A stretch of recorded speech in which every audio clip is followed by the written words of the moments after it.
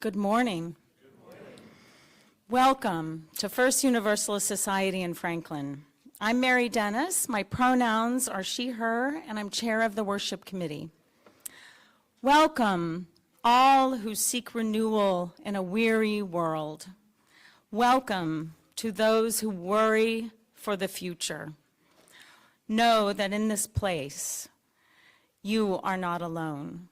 And no matter who you are, no matter who you love, you are welcome here. In community, we share our strength with one another, and we keep the flame of love burning bright. Here, the young lift their bright faces and beckon us onward. If you are visiting with us this morning, we are so glad you're here. Please take a moment to sign our guest book in the foyer or our virtual guest book online, and you'll find a link in the chat. Please gather after service for delicious snacks and coffee in the Fellowship Cafe, or stay a while to chat on Zoom. If you would enjoy a quieter place to socialize, look for the quiet room down the hall in the Religious Education Wing. This morning, we welcome Reverend Sarah Person as our worship leader. Reverend Sarah is a retired Unitarian Universalist minister from Middleborough, Massachusetts, and a married mother of two. She serves as a member of the Ballou Channing Chapter Leadership Council of the UUMA, a good officer, and a mentor as well. During the past decade, Reverend Person also served congregations in the New England region of the UUA as one of a group of peer facilitators. But it was the 9/11 attack that propelled Reverend Person into ministry. She has never looked back and continues to find this calling to be as deeply joyous as it is challenging, complex, and transformative. Welcome, Sarah.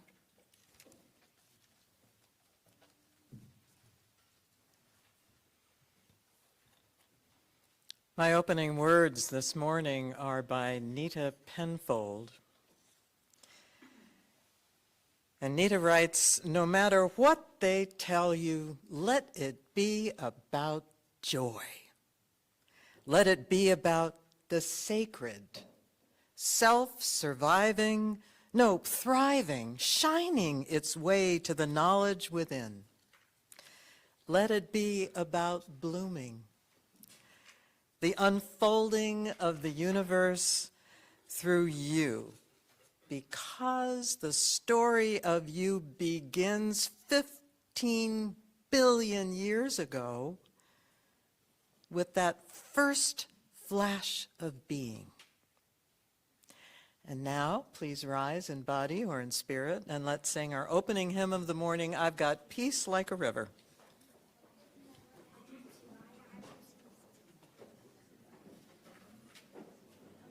Number 100 in the gray hymnal. 100. 100 in the gray hymnal.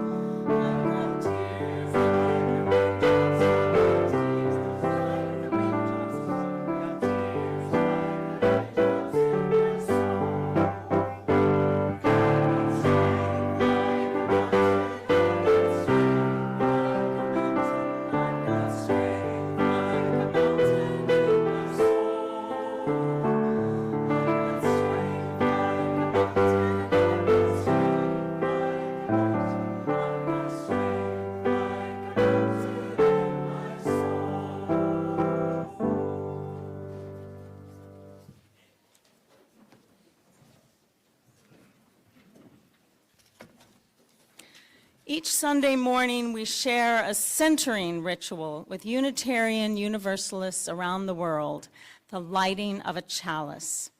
As Zoe lights our chalice this morning, hear these words adapted from M. Maureen Killeran. For every time we make a mistake and we decide to start again, for every time we are lonely and we let someone be our friend, for every time we are disappointed and we choose to hope, we light this chalice. Please remain seated and join me in singing our unison affirmation, which can be found on your order of service or inside the front cover of the gray hymnal.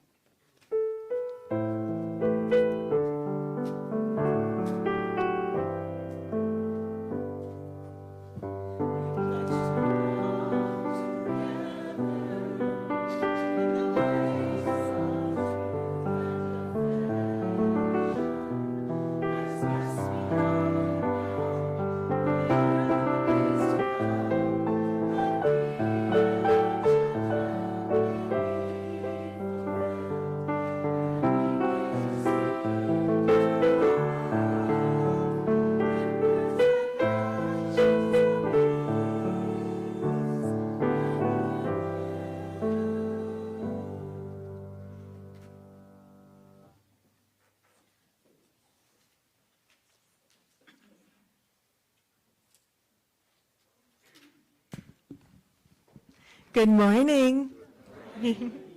My name is Sarah Allegretti. My pronouns are she, her, and I'm honored to be your Director of Religious Education. Today, I have a story for you. It's called Parable of the Desert. It also has some other titles too, but that's the one we're going to use today. The author is unknown, but it was amended by Reverend Bo Rivers.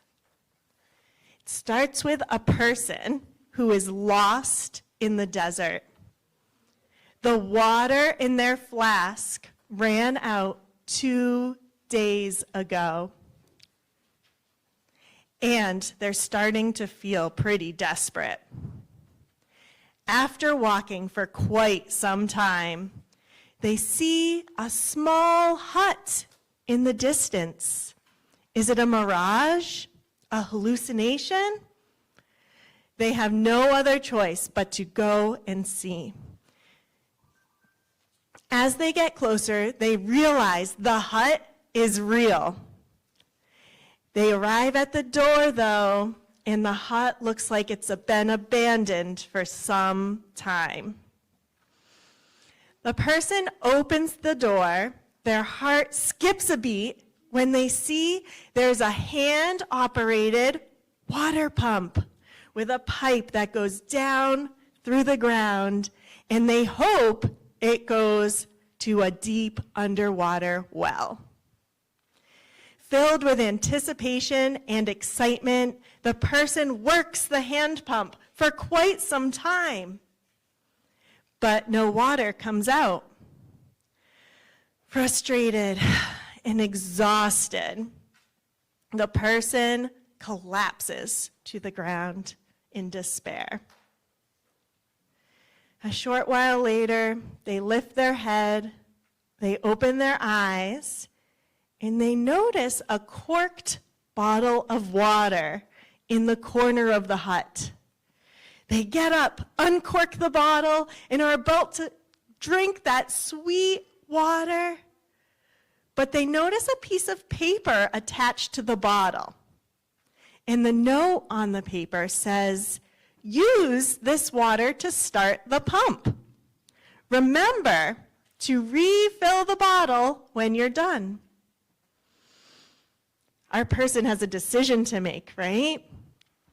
They can either choose to drink the water, and that would be the only water they have, or they can take a risk and pour the water that they so desperately need into the pump in hopes that the pump will work.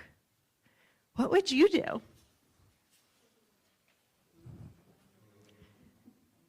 I would pour the water into the pump. 1 for pour the water into the pump. I would do that too.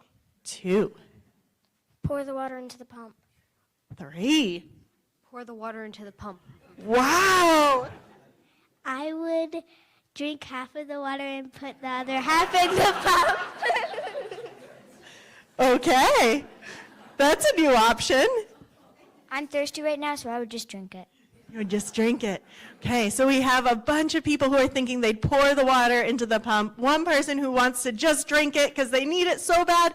And then a final person who is trying to do half and half. Maybe half the bottle will get the pump started.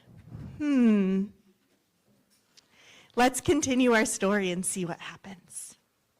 With hands trembling, the person decides to pour the water into the pump. They close their eyes and work the pump. At first, all they hear is gurgling noises. Then suddenly, can you guess? Water comes gushing out, more than they could possibly ever drink. The person revels in this cool and refreshing water, certain they're going to live after all. The person drinks the water, starts to feel better, and they start noticing things around the hut. They notice that there is a map with a pencil. The map shows that they are still far from civilization. They're still far from a town or a city, but at least now they know where they are. They're not lost anymore. And they know how to get to the destination. The person fills their flask for the journey ahead, refills and corks the bottle of water, and adds 4 words to the note before leaving the hut. Trust me, it works.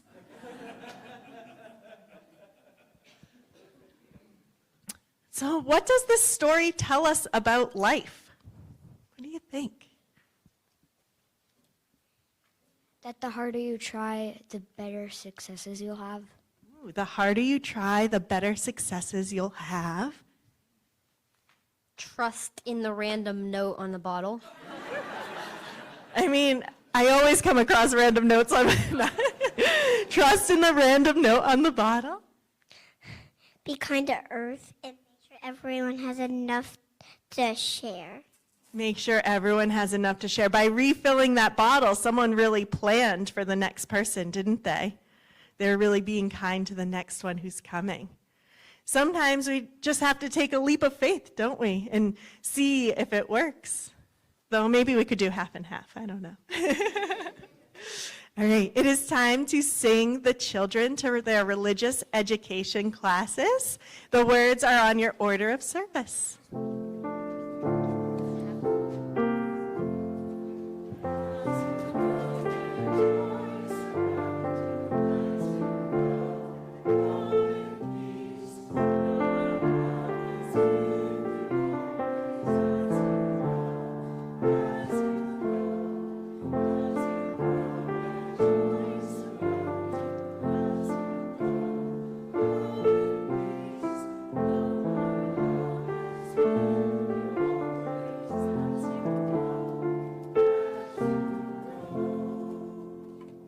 Let's share in a moment of prayer, and let's observe another moment of silence after we're done.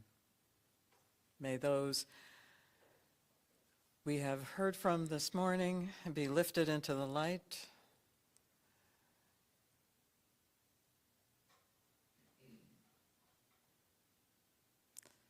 Source of wonder, breath of life. Lift up our hearts that we may be at ease. Quiet our minds that we may hold one another in the deep and abiding care of this beloved community. And let the steadfast love that manifests itself when we least expect it be with us in our prayers. we cannot and do not know what lies ahead of us. But in these moments, we can treasure one another's presence and nurture one another's souls. We are leaving behind our winter selves, finally. And let us rejoice in the coming of spring, the softening air, the life-giving rain, and the sprouting of the new and the green. And may love continue to be the seed of all possibilities, because love is beyond death and winter. And we tell one another that by being together, and together we make it so.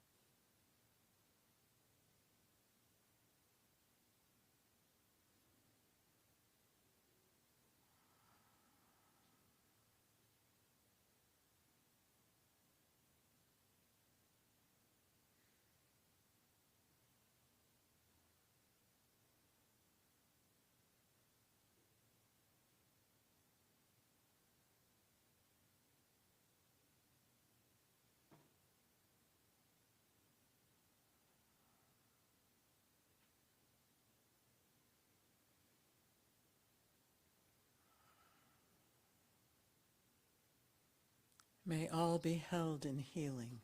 May all be held in peace. And let us say, Amen.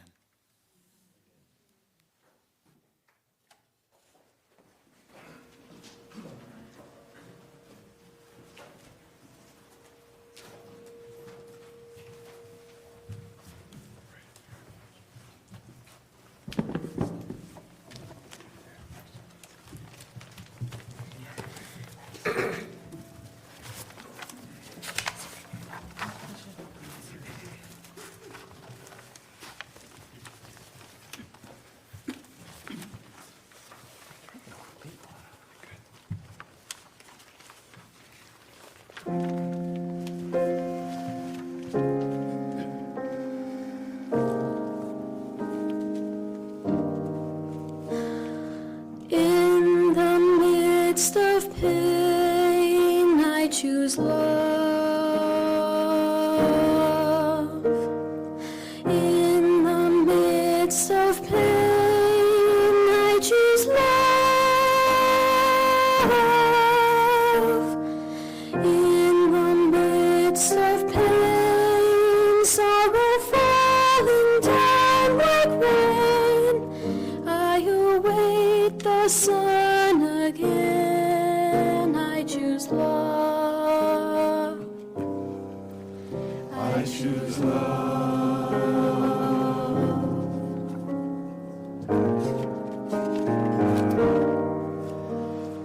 In the midst of war, I choose peace. In the midst of war, I choose peace. In the midst of war, hate and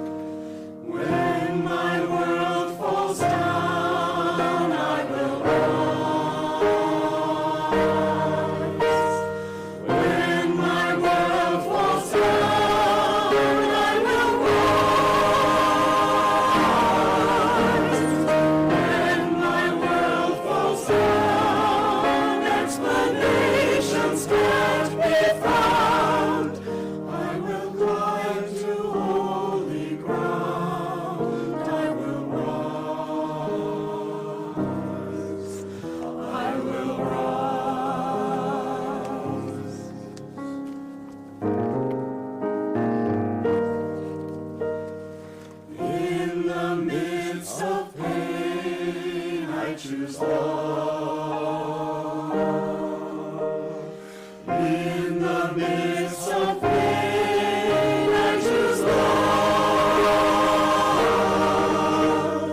In the midst of pain, sorrow falling down like rain, I await the sun again. I choose love. I choose love.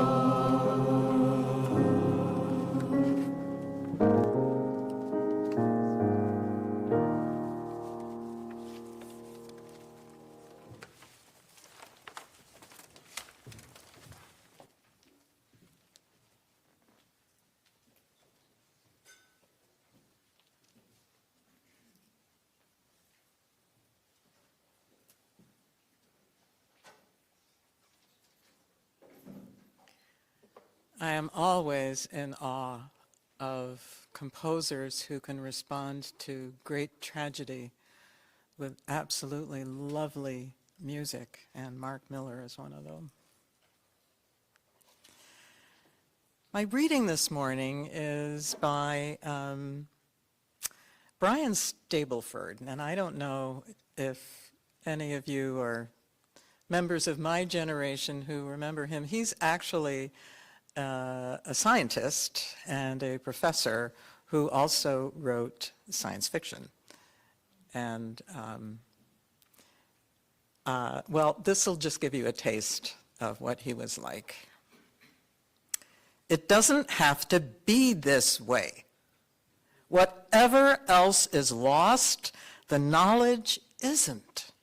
Just because things get out of hand, just because things get smashed, just because things fall apart, it doesn't mean that it has to be that way now and forever. Whether it's care that does or sheer blind luck, things can work, things can grow, things can change and still stay together. If only they get enough chances, things can work out in the end. We're here, aren't we? In all our awesome complexity, we're here, even though we started out as nothing but ambitious dirt, nothing but clever clay. And in the end, one way or another, we'll find a way to get it all together, to make things work. That's life, May. That's what real life is all about. Thank you, Brian Stableford.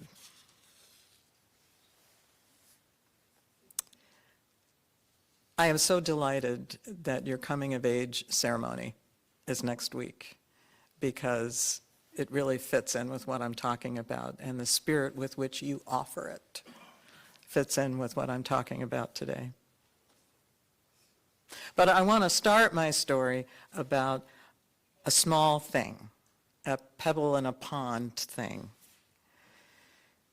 When I was young, for the first, and I promise the last time in my life, I was given after-school detention. My gym uniform was not clean. My mom had forgotten to do the laundry, and because of that, I missed the bus, and I had to walk home. It was almost a couple of miles, and I had lots of time to ruminate. And those of you who know us know that no one can ruminate like a very young girl. I started off stomping down the street, very embarrassed and ashamed, but I ended up mad. It was so unfair. It was truly and unequivocally unfair. And I did not have to feel ashamed. The world as I knew it would not end because of that stupid uniform. Or maybe, just maybe, it would. Because a light bulb exploded over my head. It was my first flash of being, in Nita Penfold's words, and in my mind, a door opened, and I felt different. I didn't feel shaky. I didn't even feel as mad anymore. I just felt more solid. There are and were much worse things that happened to me in my life. But that was the first time that a light bulb exploded. Now remember, this is a small story. It's a pebble in a pond story. But the ripples spread far, and over 60-odd years later, they're still spreading. You see, up until then, I had no defenses. Up until then, I had no perspective on how absurd grown-ups and life could be. But that was the first day of knowing. And the first day of remembering that the most important thing to do from here on in was to find my solid self and hang on. Why, I could ask, when the gym teacher was blaming me instead of my mom. It doesn't have to be this way became my liberating mantra. And if I was still stuck, even though being liberated, it won't always be this way, became my sustaining mantra. Like many of you, at whatever generation, growing up, there are always spoken and unspoken messages. Don't stand out. Don't make waves. Keep your head down. Some kids are okay, and some aren't. You're different. It's just the way it is. Get used to it. Don't sweat the small stuff, and it's all small stuff. Remember that one? But after my first flash of being, as I was stomping my way home, I could finally ask myself, why? Why do you get to decide what's small? Why not make monster waves, tidal waves? Why not try to change things that don't make sense and that hurt kids? I can't say it all became clear to me and I had a clear path to follow to the rest of my life. No, it doesn't work that way. It's been a lifetime of trying to center myself, trust myself, and recognize when things were out of balance and didn't make any sense. So all my life, I fight to stay centered in the moment, to resist in the moment, to act in the moment, to accept risk and consequences. And it doesn't come naturally yet, 60-odd years later. It never has, it never will. And quite often the centering comes after the fact. But I still learn. And if you are even a little bit familiar with what I'm talking about, you know that this is all about transforming ourselves before we can even hope to transform our corner of the world. Now, I grew up in a Unitarian household before there were even mention of Universalists. So I am dating myself, but I don't care. But even as a kid, I knew that the world did not reflect at all what I learned on Sunday mornings in RE. And there was a huge difference between the world around me and the world as it should be. Now, if you're a kid like this, if you're a grown-up like this, if you're an old character like this, you still try to make sense of things because we are meaning-making creatures, we humans.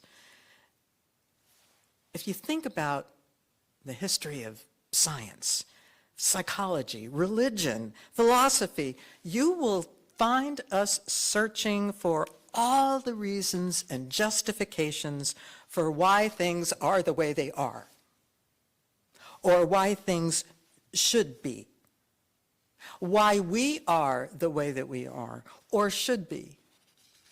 You'll find ideas, and you'll find worldviews, all trying to explain what in reality is probably incomprehensible.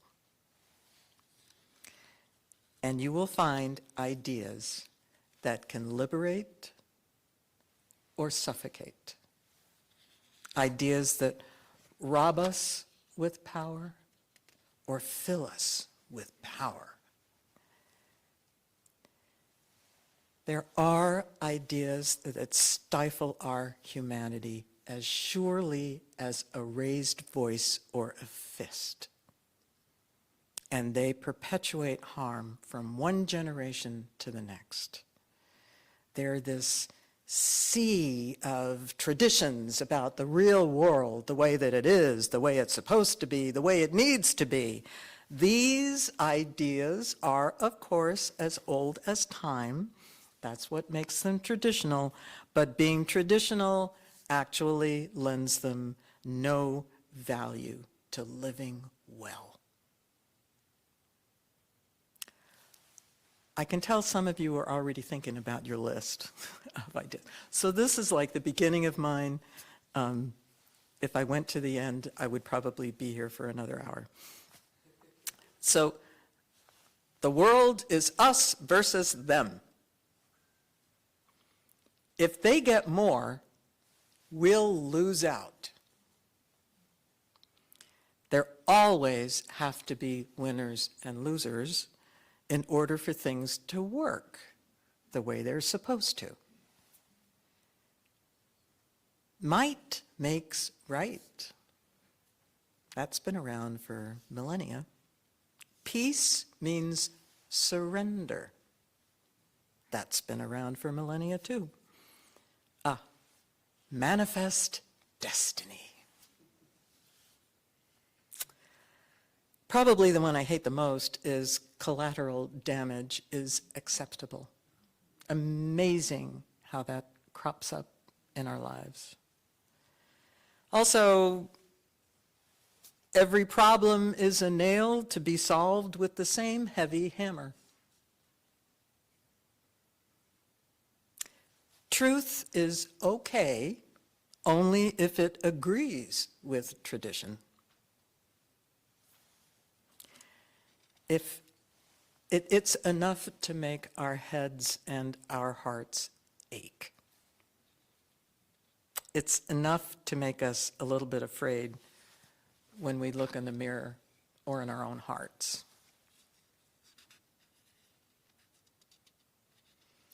I want to lift up to you this morning that these ideas are and have always been sustained by fear and willful, brutal ignorance.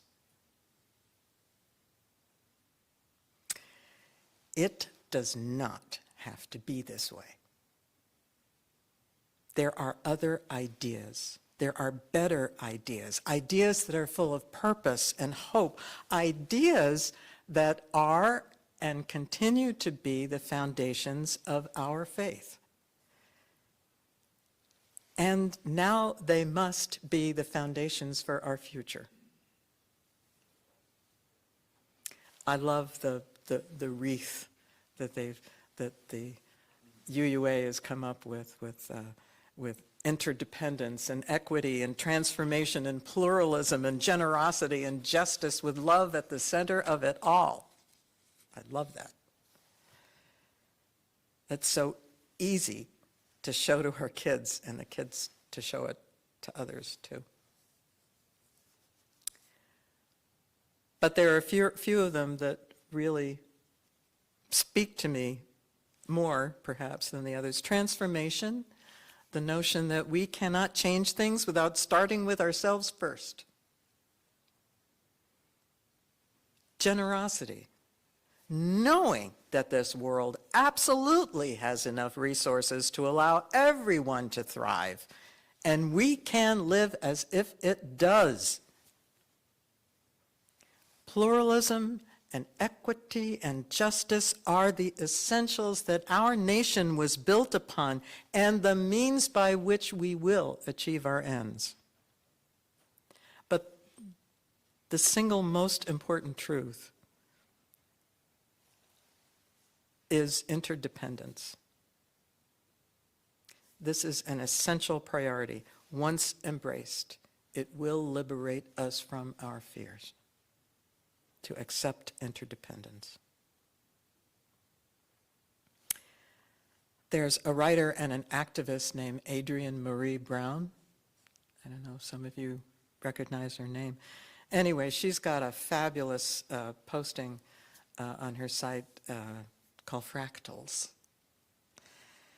And I'm quoting one of the sentences from it. I am a cell-sized unit of the human organism, and I have to use my life to leverage a shift in the system by how I am as much as with the things I do. So I want you to be thinking as I'm talking about kind of what are the traditions that you learned from the cradle and from life that became so problematic that you realized that you had to reject them in order to survive. How did you finally know who you were and who you might become? How did you finally know what the meaning and purpose was of what you do already and what more you can do? I've been thinking about this for a while, but the other exploding light bulb over my head was that we can't do any of this alone, and that none of those foundational ideas that I just listed can stand alone without the others. None can stand without actually living them into the world, and none can stand without love being at the center of them all. The wonderful John Lewis said, "Speak up, speak out, get in the way, get in good trouble, necessary trouble, and help redeem the soul of America." And you and I know it has never been more necessary than now to make some good trouble.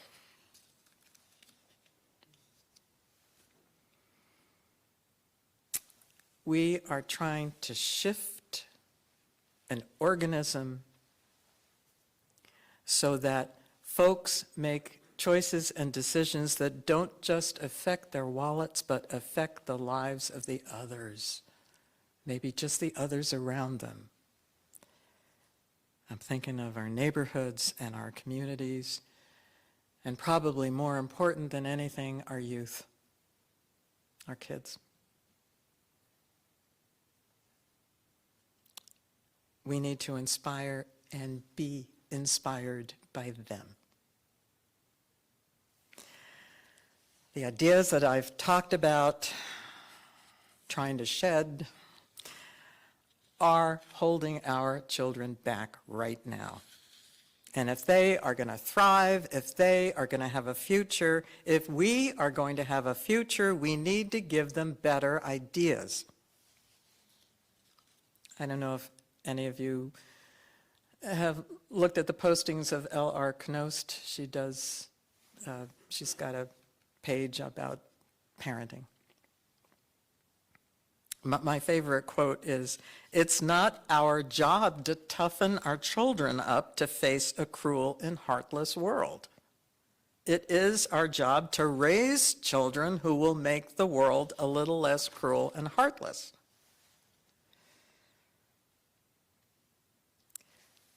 So it's not too late for us, obviously, but as we're thinking about what we can do, I think what's going to be important is that we be able to create something for others, for the children, create a safe place physically, educationally, socially, culturally, and for them to explore possibilities and exceed the boundaries of our fears. There are people doing this right now that we can join with. It is indescribably exhilarating and exciting to be with kids who are glad to be so involved, to be creative, to reach across boundaries. And I want to take just a few minutes and tell you about one grandmother of all pebbles, a meteorite splashing down into the ocean, sending ripples to every corner of the globe, literally.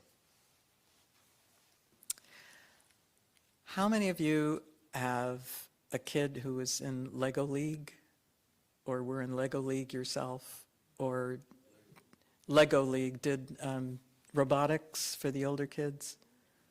Okay, you've got a treat in store if you're at all interested in this. Last fall, my husband, who'd been working with Dean Kamen's foundation for decades, took me to Greece so that we could see the first global challenge, which is a competition between high school kids from around the globe.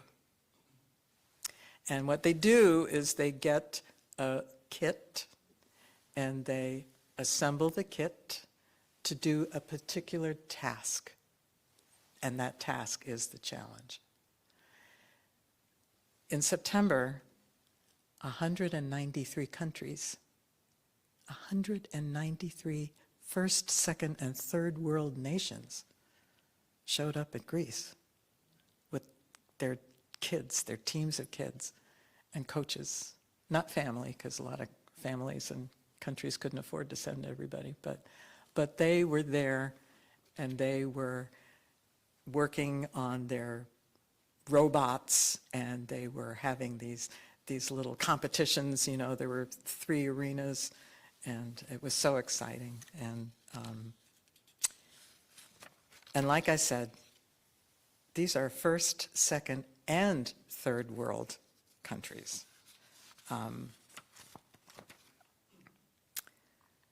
Some kids were able to get to Greece despite the fact that their country was in armed combat.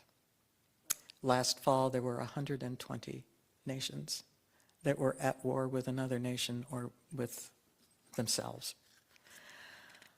Ukraine, Palestine, Haiti, Israel, Burkina Faso, Sudan, Turkey, the Democratic Republic of the Congo, Mali, India, China.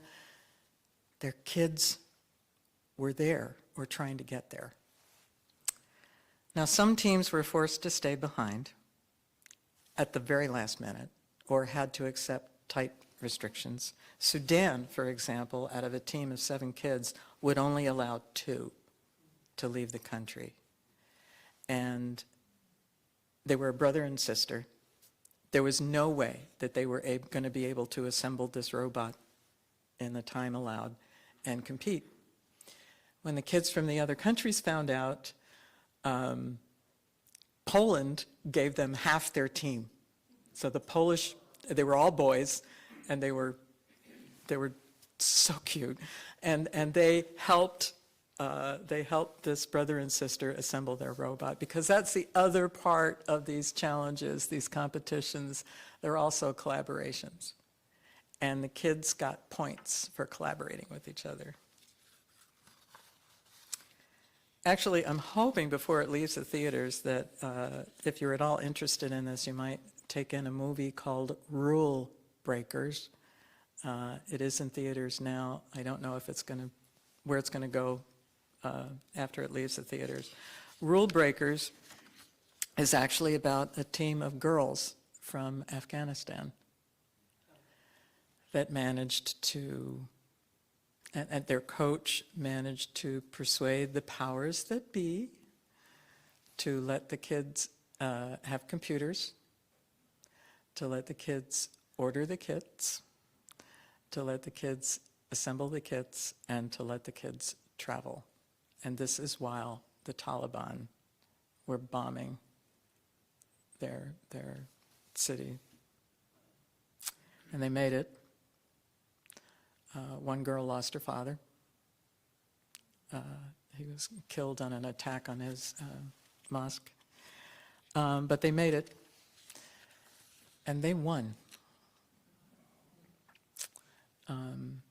The teams, if they can, invent something that's going to benefit their country and is affordable during the time that they're participating in this challenge.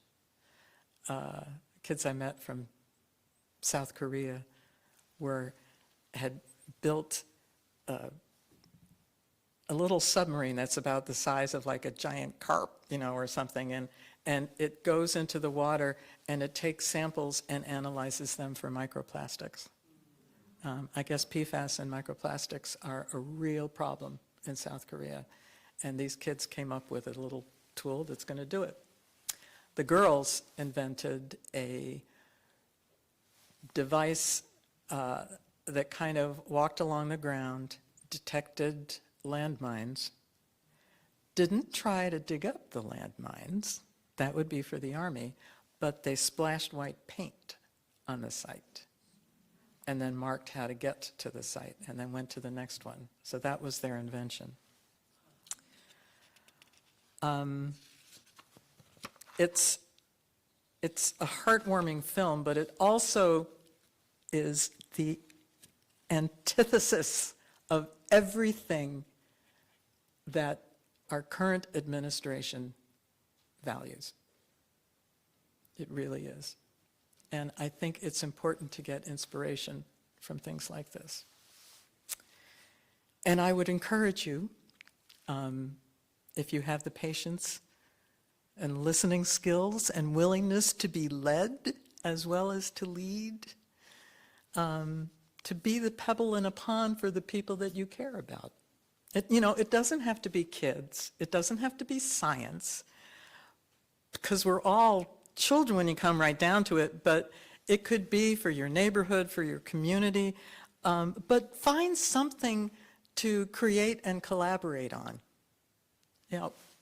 It could be art, it could be theater, it could be gardening, although that won't be me. But whatever gets people together, people that don't know each other, and they have to work together on something, I would invite you to go for it, because this is the antidote to fear. Fear of the other, fear of losing out, fear of losing our place, and all the other poisons that these old traditions have left us with. We're going to need strength in the next few years to overturn the dominion of oppression in our society, because it's inside of us as well as around us. We're going to need the courage to face ourselves in the mirrors and in our hearts. We're going to need humility that we can't do this alone. But may we be humble, may we be strong, may we be courageous enough to take these even tiny steps, because our lives and our future depend on it. And may it be so. Thank you. Thank you for listening.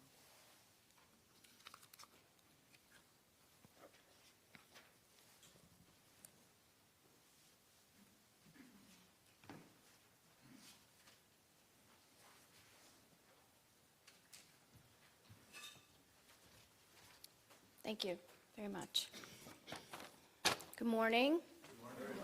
My name is Vicki Coates, and I'm honored to serve as a member of your Board of Trustees. I look forward to coming to church every Sunday, and not just for the thought-provoking sermons, Sarah's Time for All Ages, the meaningful readings, or the stirring music from our many talented musicians. I look forward to catching up with friends, hearing the important life events shared during candles, watching our youth grow and thrive, and chatting with folks as we work a shift in the Fellowship Cafe. I look forward to seeing all of you. The palpable hum of our community as we sing together, pray together, work together, and just are together makes me happy.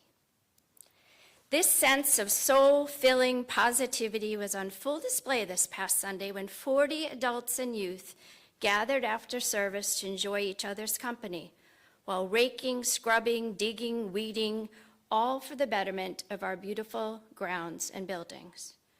When working in community, one always learns something new, special, surprising, and it allows each of us to forge a much deeper connection.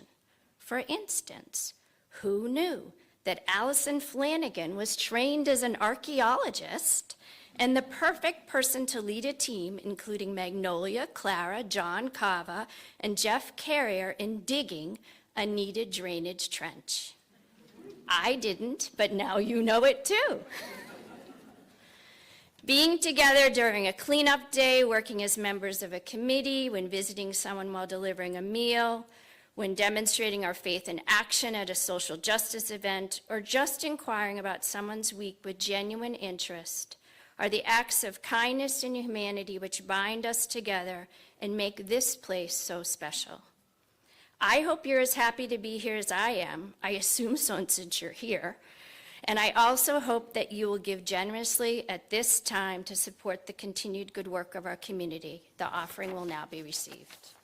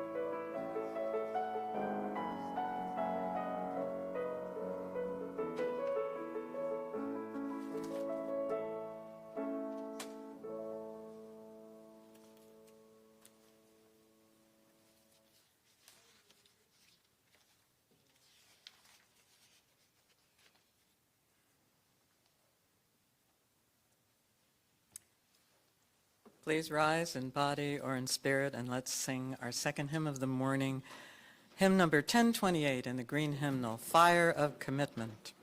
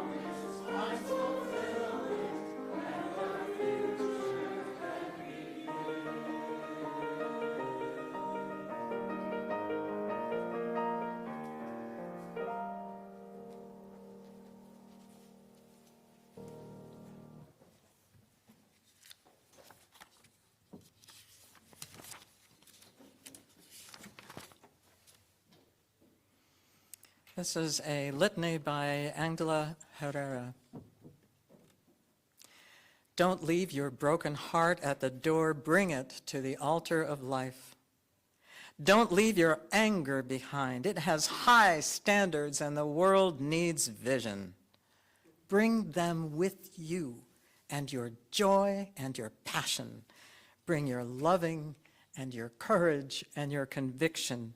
Bring your need for healing and your powers to heal. There is work to do, and you have all that you need to do it right here in this room. And now let us sing our farewell song. The words are, "Carry the flame of peace and love until we meet again." And you're going to sing it through twice.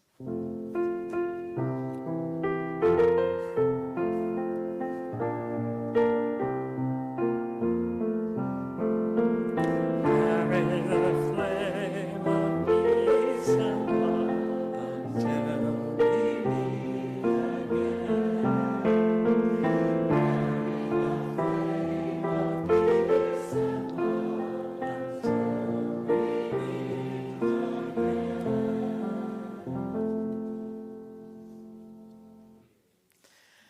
We're going to extinguish the chalice now. We extinguish the flame in our chalice, but not what it represents. The light of truth, the warmth of community, and the fire of commitment. These we carry in our hearts and share them out in the world, because our worship is ended and our service continues on. My friends, go in love and go in peace. And thank you.